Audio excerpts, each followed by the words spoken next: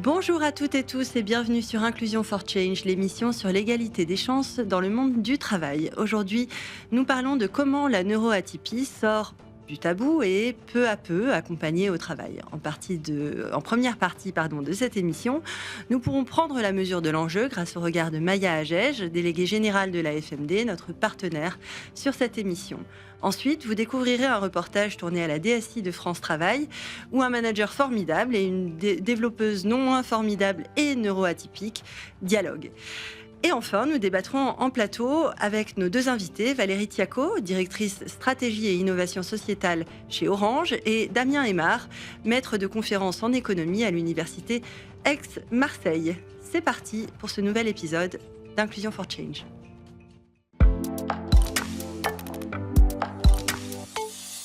Maya, commençons par poser les termes. D'où vient ce mot neurodiversité ? Alors, la neurodiversité a été popularisée à la fin des années 90 par Judy Singer, une sociologue australienne, elle-même autiste. Le mot désigne la diversité des cerveaux et des esprits humains. Judy Singer voulait, son objectif, c'était vraiment souligner que les différences neurologiques devraient être reconnues et respectées comme une variation humaine normale. Et dans l'emploi, c'est un concept assez récent. On a vu le terme émerger plutôt vers la fin des années 2010. Et d'ailleurs, le terme neuroatypie, diversité, neurodivergence sont des termes plutôt génériques. On parle surtout de troubles du neurodéveloppement, TND. Et on va surtout entendre le mot neuroatypique en contraste avec le mot neurotypique pour se référer aux personnes dont le fonctionnement neurologique diffère de ce qui est considéré comme typique, normal. Et donc, que recouvre le terme neuroatypique ? Les troubles du neurodéveloppement sont un ensemble de conditions qui affectent le développement du cerveau et du système nerveux et entraînent des altérations dans divers domaines fonctionnels, tels que la cognition, la communication, la motricité, le comportement, les interactions sociales. Et ces troubles apparaissent pendant l'enfance et peuvent avoir des impacts concrets, réels, durables, vraiment tout au long de la vie. Parmi les TND, je vais d'ailleurs utiliser beaucoup ce mot, TND, figurent les troubles du spectre de l'autisme, TSA, les troubles du développement intellectuel, les troubles dyslexie, dyspraxie, dysphasie, dyscalculie, dysorthographie, et également les troubles du déficit de l'attention avec ou sans hyperactivité. C'est donc des réalités très larges, très variées, très hétérogènes. Ok, donc concrètement, quels sont les chiffres qui sont associés à ces troubles au sein de la population française ? En France, environ 15% de la population présenterait une forme de neuroatypie selon l'INSERM. Et les études d'impact de la stratégie nationale autisme et troubles du neurodéveloppement estiment, elles, qu'entre 36 et 43% des personnes concernées seraient sans activité professionnelle. Et il y a d'autres chiffres, par exemple ceux de Autisme Europe, dans une étude récente qui parle, eux, de 76 à 90% des autistes qui n'ont pas d'emploi en France. Et donc, côté employeur, qu'est-ce qu'on fait pour pallier ce problème ? Ouais. Eh bien, déjà, ce qu'il faut savoir, c'est que dès 2017, 2018, 2019, il y a quelques employeurs, quelques consultants, des chercheurs qui ont tenté des premières initiatives. Et d'abord, c'était pour faire reconnaître le sujet comme légitime d'un point de vue RH au-delà de considérations médicales. Ensuite, c'était pour parler d'aménagement sans besoin de RQTH. Et enfin, c'était pour montrer les bénéfices qu'une organisation pouvait tirer de ces personnes si différentes. Aujourd'hui, les choses ont évolué. 2026, bien sûr, il y a encore une prise de conscience. Bien sûr, il reste encore du travail. Mais on remarque que les employeurs commencent à se mettre en mouvement pour intégrer la neuroatypie qui devient ou qui semble devenir une thématique dont le RH s'empare durablement. Eh bien, merci beaucoup Maya pour cette clarification. Et avant d'entamer nos échanges avec nos invités, je propose que nous découvrions notre reportage qui a donc été tourné à la DSI de France Travail, où nous avons rencontré une manager et une développeuse, Fabien et Fanny, ainsi que Mara Staub, qui est fondatrice du cabinet Autypique.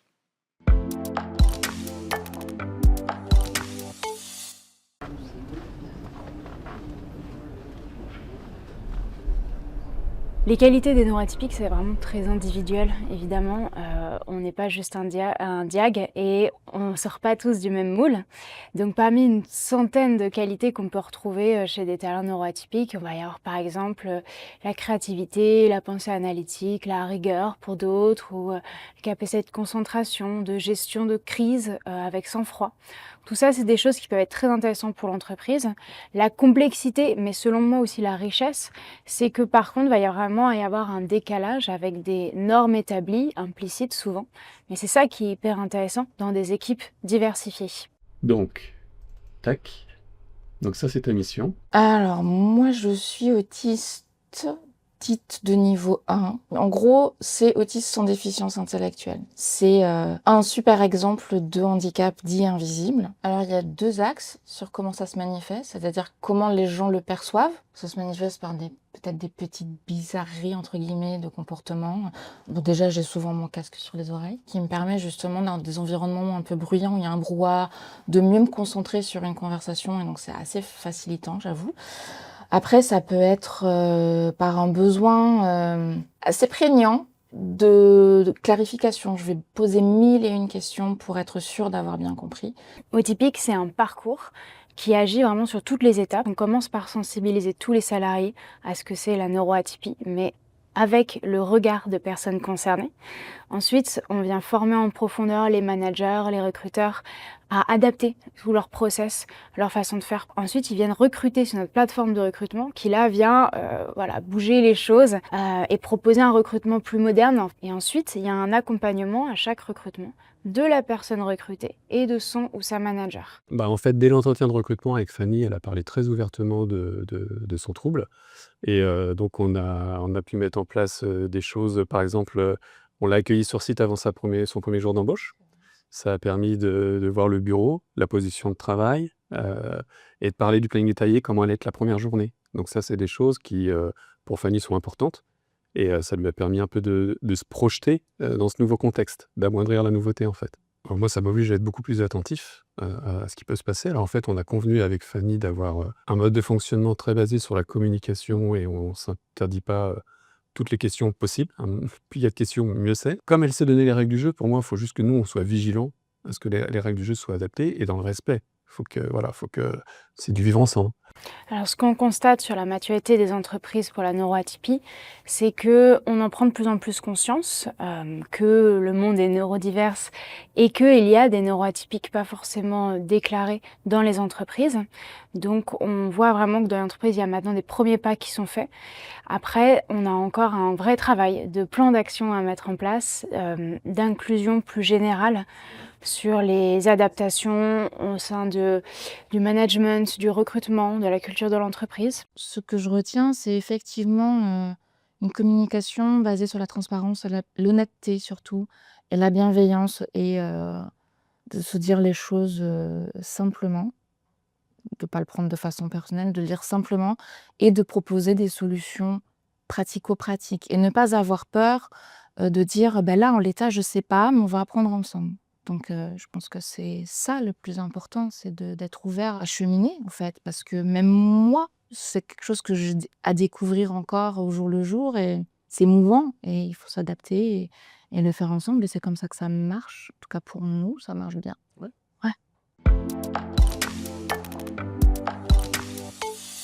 De retour sur le plateau d'Inclusion for Change pour parler de neuroatypie au travail. Et pour cela, nous accueillons aujourd'hui Damien Aymar à distance, qui est maître de conférences en économie à l'université Aix-Marseille, ainsi que Valérie Tiaco sur notre plateau, directrice stratégie et innovation sociétale chez Orange. Merci à vous deux d'être avec nous et bonjour. D'abord, où est-ce qu'on en est de la prise en main du sujet de la neuroatypie en général, en matière de diagnostic, etc., et par les employeurs en particulier? Où on en est, j'ai envie de dire qu'on en est à la mi-temps du lit. C'est-à-dire qu'il y a encore beaucoup de chemin à parcourir. Et pour autant, quand même, on a déjà progressé depuis 2026, en fait, depuis 10 ans, depuis que ces mouvements autour de la neuro-inclusion, de la prise en compte des neuroatypies se sont développés, notamment plutôt dans les pays anglo-saxons. On voit apparaître quand même des initiatives. Pour les entreprises, c'est peut-être un peu plus tardif, en tout cas en termes de mouvement francophone et de mouvement français tout court. Et c'est d'ailleurs ce pourquoi on s'est associé en fait, à plusieurs grands groupes On va y pour revenir. essayer de voilà, de pousser les choses. Donc maintenant, ça ne veut pas dire que n'était pas pris en compte de manière individuelle ou dans les organisations, des employeurs, des directions de ressources humaines, des missions insertion handicap qui faisaient ce qu'elles pouvaient. Mais dans la logique plutôt d'une dynamique importante, c'est-à-dire de vraiment un mouvement. Et voilà, ça c'est encore un peu plus récent. Damien Aymar, quels sont vos constats en tant que chercheur sur cet enjeu? C'est vrai que ça a mis du temps à émerger parce que la question du handicap invisible est très récente déjà pour les managers. Et la loi donc de 2005 a intégré le handicap invisible dans l'introduction, euh, dans les organisations de ces personnes et dans la définition du handicap. Donc c'est vrai que ça a mis du temps, mais je trouve qu'à ce moment présent, aujourd'hui, il y a un éveil qui est quand même très vif et que certaines entreprises arrivent à saisir finalement l'opportunité que représentent les personnes qui sont neuroatypiques. On le voit avec certains dyslexiques et avec certains autistes aussi, atteints du trouble autistique. Justement, on parlait des mouvements d'entreprise, parlons-en. Valérie Tiaco, vous êtes membre fondatrice du collectif Neuro-Inclusion. Est-ce que vous pouvez nous le présenter en quelques mots et parler de à quoi il sert, précisément? Alors, à quoi il sert? C'est une bonne question. Il a été insufflé surtout grâce à une ambition commune. En réalité, on est des grandes entreprises aujourd'hui, mais c'est un mouvement qui est destiné à l'ensemble des organisations publiques comme privées. L'idée, c'était de pouvoir proposer autour de 4 engagements communs un certain nombre d'initiatives. La première, c'est, comme l'a dit justement Damien, il y a la problématique de la terminologie, neurodiversité, neuroinclusion, neurodivergence, neurominorité, etc. Et donc, c'est de dire, construisons un référentiel commun pour qu'on sache déjà qu'on parle de la même chose. La deuxième, c'était aussi de se dire, il manque encore des mouvements d'information et de sensibilisation avec la dynamique d'un groupe comme le nôtre, en fait, de ce collectif. C'est déjà beaucoup plus puissant, en effet, d'entraînement. On joue aussi notre force, on va dire, de grande organisation. Troisième engagement très important aussi, c'est de pouvoir inspirer par le partage et donc de partager en open source, donc les bonnes pratiques, ce que l'on a mis en œuvre, et puis effectivement de promouvoir la diversité cognitive, comme les travaux de recherche, par exemple, de Damien, qui a déjà travaillé avec des organisations du collectif. Donc c'est offrir finalement la neuro-inclusion sans avoir à donner de leçons, sans être à la place des spécialistes, des experts et des médecins. Mais c'est de dire que les entreprises ont leur rôle à jouer comme partie prenante de ce grand mouvement qu'est la neurodiversité. Alors, vous parliez de promotion, ça peut avoir aussi une face cachée de la médaille qui peut être complexe. On entend des discours qui peuvent être très positifs sur les talents et compétences cachées des personnes Oui. neuroatypiques. Mais est-ce que c'est réellement libérateur et émancipateur ou est-ce que c'est au contraire plutôt validiste? Oui. Damien, vous avez travaillé sur l'impact du stigmate. Est-ce que vous pouvez peut-être commencer par répondre à cette question? Par rapport aux personnes que j'ai pu rencontrer dans le cadre de mes recherches, le stigmate est une situation qui est très propre aux personnes dyslexiques, c'est-à-dire que c'est une trace laissée. C'est pas comme le stigmate comme on l'entend dans l'approche classique, l'exclusion, mais c'est un rapport interpersonnel et de soi aussi, comment est vécu le handicap comme la dyslexie, et c'est une blessure en fait qui reste. Donc quelque part, ce que la personne a vécu dans le système scolaire de son exclusion et de son ressenti de cette exclusion, il va le revivre aussi dans les organisations qui ne sont pas handi-accueillantes, qui ne sont pas tournées vers des politiques de diversité et de politiques de la neurodiversité. Donc ça, c'est quand même quelque chose qui est très fort. Et donc, vis-à-vis de ça, les personnes vont regarder, on va dire, des signaux si dans l'entreprise, on valorise ou pas les personnes qui sont neuroatypiques pour révéler leur handicap invisible. Valérie Tiaco, je vous vois Oui, avec je vais l'envie de rebondir. Je vais réagir, mais bien sûr, rebondir. allez-y, Je je vais vous en prie. rebondir parce que promouvoir la diversité cognitive, c'est pas promouvoir certaines formes de neuroatypie. On a trop vu ces mouvements-là et c'est un des éléments de partage. Ça a commencé par, il y avait l'Ode au HPI, si vous vous rappelez bien. En plus, il y a eu l'émission, enfin la série, etc. Sachant qu'on sait d'abord que c'est multifactoriel, hein, en fait. Et donc, on peut avoir aussi plusieurs neuroatypies. Promouvoir la diversité cognitive, c'est promouvoir surtout un environnement où chacun se sent non seulement accompagné, en fonction de ses besoins et surtout promouvoir la différence et pas la déficience. Donc en fait, on est vraiment sur ce sujet que ça n'est pas forcément toujours un handicap. Ça d'abord, ça peut être un vrai moteur de créativité. Et tout le monde n'a pas forcément besoin de passer par la mission insertion handicap et une reconnaissance de qualité de travailleur handicapé. Mmh. En revanche, ce sont des supports qui existent et il faut aussi savoir s'en saisir sans avoir l'impression qu'on est assigné à résidence sous une casquette handicapée qui est vraiment ce contre quoi on lutte, hein. Oui, tout à fait. C'est important de le préciser. Oui, et moi j'ai une question plutôt sur le diagnostic. Est-ce qu'il y a des... Je ne sais pas à qui de vous deux peut me répondre, mais est-ce que par exemple les femmes ou les personnes racisées sont moins diagnostiquées pour des raisons, et si oui, lesquelles, quoi? Est-ce que l'entreprise n'est pas le Alors, reflet de la société? Damien, donc je te passe Allez-y, la parole. Damien. c'est vrai qu'il y a une certaine forme d'inégalité d'accès à l'information et aussi d'une prise de conscience de la problématique qui aurait dû être fait précédemment dans le parcours scolaire et qui après va ressurgir dans le système, on va dire, professionnel. Donc c'est vrai que par rapport à ça, la sensibilisation sur le diagnostic à l'âge adulte est très important car en fait ça va réellement aider à avoir une meilleure trajectoire professionnelle, des promotions, etc. Et ça va éviter de mettre des salariés en souffrance. J'ai rencontré des personnes qui étaient en pleurs, qui ont compris que sur le tard d'où venaient leurs difficultés dans le fait d'évoluer dans l'organisation et qui restaient finalement ghettoisés à certains métiers. Justement, j'aimerais bien qu'on parle des conditions de travail propices. Valérie, quelles sont-elles, ces conditions auxquelles les organisations doivent penser pour être inclusives en matière de neuroatypie, Vous neurodiversité? cherchez les tips, en fait. Alors, Pas en fait, forcément les tips, d'ailleurs, ça ou peut les être, tops. au contraire, voilà. Mais alors, il y a déjà, moi, je trouve que c'est finalement assez simple, hein, finalement, si on prend en compte que on est riche de cette diversité, qu'elle soit effectivement ethnique, qu'elle soit de genre et aujourd'hui de diversité cognitive. Maintenant, ce à quoi on doit ce à quoi on doit faire attention, c'est par exemple typiquement, ça commence dès l'offre d'emploi, dès l'annonce de recrutement. Est-ce qu'on montre qu'on est une entreprise qui accueille ces différentes diversités? C'est assez simple, c'est juste un petit paragraphe à préciser. C'est mettre à disposition des conditions aussi lors, par exemple, du recrutement pour un candidat quelconque, c'est de lui dire, as-tu besoin d'un aménagement spécifique? Par exemple, pendant le Covid, ce qui était intéressant, c'est qu'on a fait des recrutements plutôt à distance. Et donc, pour certaines personnes avec certains peut-être différences cognitives, eh bien, c'était plus facile pour elles de s'enregistrer et que d'être en visu et en conditions live.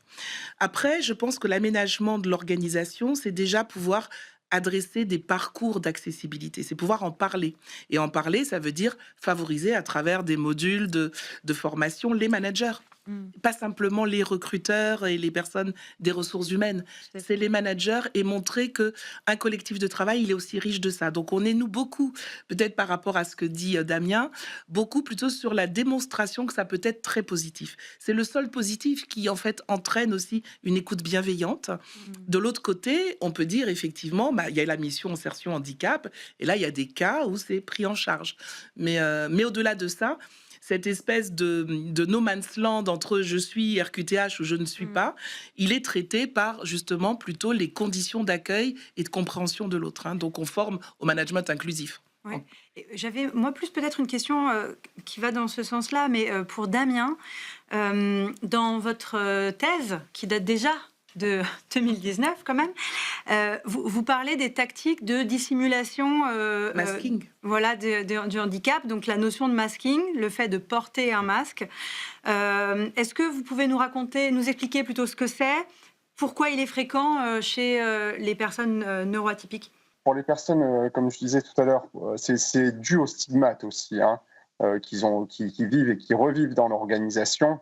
lorsqu'ils se retrouvent dans un milieu hostile, la tactique donc du passing et celle que j'ai pu découvrir aussi de la transfiguration du handicap, et celle qui finalement où on va prendre la peau d'un autre, où on va se faire passer pour une autre personne. On le voit dans les communautés LGBT, mais on le voit aussi dans le domaine du handicap. Eh bien, les personnes que j'ai rencontrées, finalement, vont parfois vont se faire passer pour une personne. Ah oui, je fais des fautes, ça arrive, par exemple, dans le cas de la dyslexie, qui a été mon terrain d'étude. Au final, bien, tous mes collègues me donnent leurs écrits, leurs rapports pour que je les corrige, mais en fait, ils me prennent pour un prof de français parce qu'ils savent que je fais attention à l'orthographe. Et donc, c'est quelque chose que j'ai pu trouver assez incroyable, c'est-à-dire qu'ils vont vraiment transfigurer leur handicap et se faire vraiment passer pour une personne de la norme, référente de la norme, en tant que, par exemple, prof de français.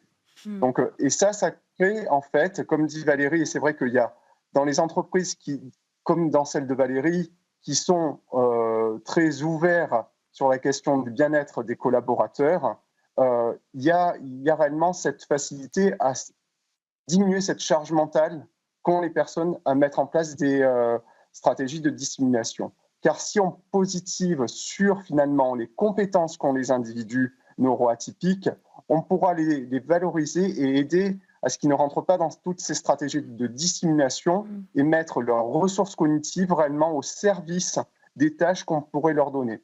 Deuxièmement, elle a évoqué Valérie, c'est au niveau du recrutement. Moi, je parle dans ma thèse, c'est de mettre en place une stratégie de recrutement qui soit beaucoup plus axée sur la compétence. Parce que on s'intéresse trop au pathos, à ce qui ne va pas, et qu'au final, on devrait plutôt revoir notre stratégie de publication des offres d'emploi qui sont très néo-tayloriennes, c'est-à-dire qu'il faut qu'on soit à chaque fois dans un certain critère et qu'on propose plutôt des recrutements par projet où on va observer les gens dans leur mise en œuvre de compétences qu'ils ont et mettre en place des postes protéiformes. Un peu comme on appelle ça le job crafting, comme c'est enseigné dans une gestion. Et c'est réellement ça, un poste qui soit relatif aux compétences d'un individu et qu'on arrête de se cantonner aux incompétences ou mettre trop de tâches qui ne seraient pas adaptées aux personnes neuroatypiques et j'ai envie de dire aussi aux générations qui arrivent. Par le handicap, on arrive à résoudre beaucoup de problèmes à ce niveau-là.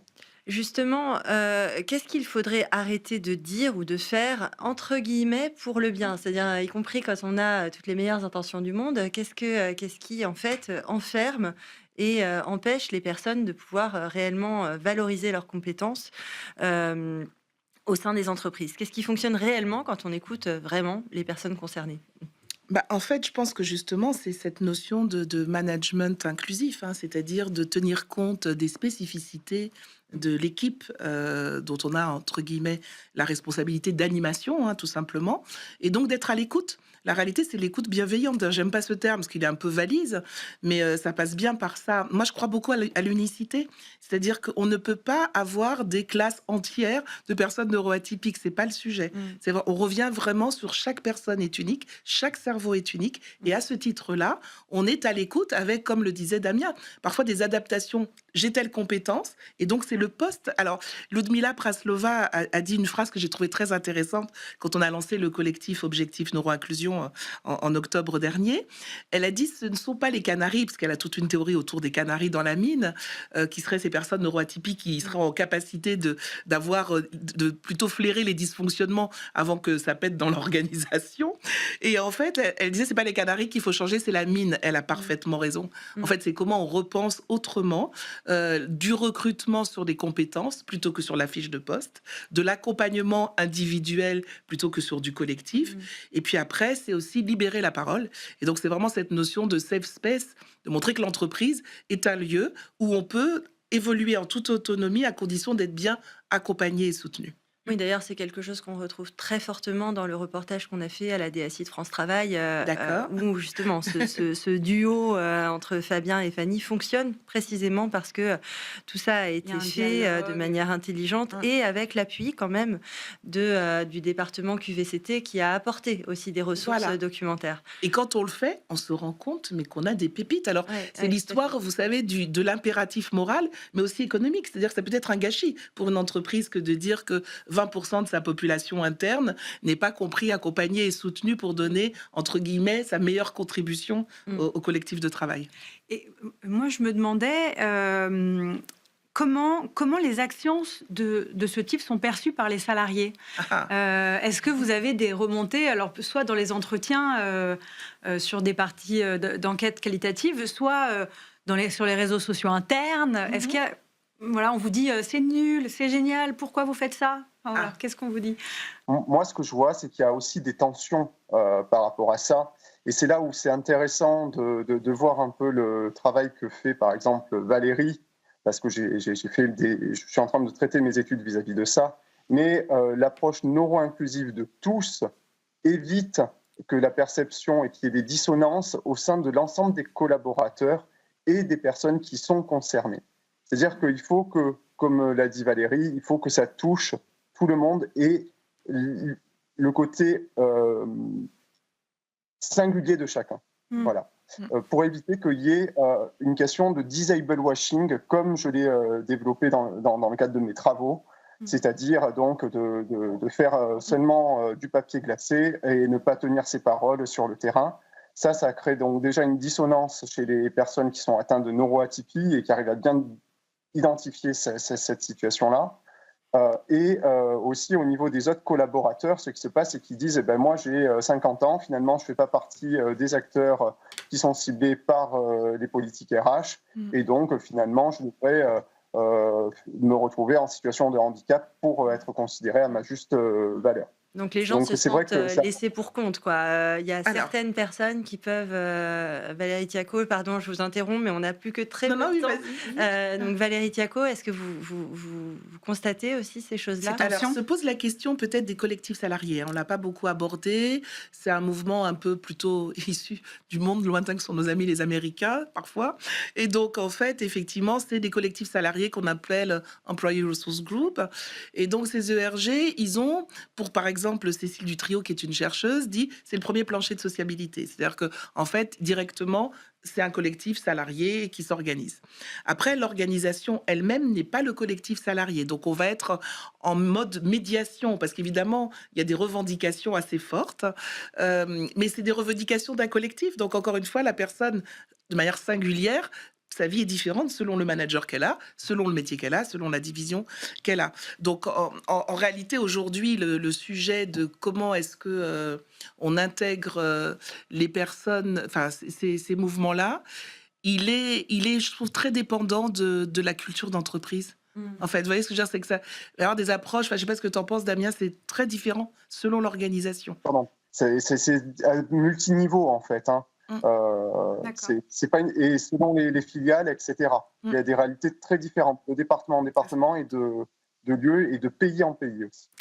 On retient donc qu'il faut travailler la culture du sol au plafond, sans doute se référer aussi à ce que fait le collectif Neuro-Inclusion. Voilà, on a un site web qui va bientôt être proposé, des ressources, de l'accompagnement s'il faut pour dire j'ai un programme, comment je fais, et un très joli jeu. Suivre quelque part sur LinkedIn, il y a une page dédiée qui annoncera la venue du site. On a un mode de fonctionnement assez neuroatypique finalement, parce que les grandes organisations décident de relever les manches. On ne se fait pas accompagner, on fait par nous-mêmes. Hein. Okay. Donc c'est du do it yourself. Bon. Ça prend un peu plus de temps, mais c'est plus sincère peut-être. Alors on invite tout le monde à suivre la page Neuro-Inclusion sur LinkedIn. Sur LinkedIn, absolument. Notre émission s'achève déjà, hélas. Je vous remercie 1000 fois tous les deux pour ces échanges nourris, qui, je l'espère, donneront envie aux organisations d'agir. Merci Maya Agege, évidemment, et merci donc à vous deux, Valérie Tiaco, directrice stratégie et innovation l'innovation sociétale chez Orange, et Damien Aymar, maître de conférence en économie à l'université Aix-Marseille. Vous pouvez retrouver tous les épisodes de l'émission Inclusion for Change sur le site Bismart. Et nous nous retrouvons le mois prochain. Et d'ici là, évidemment, portez-vous bien.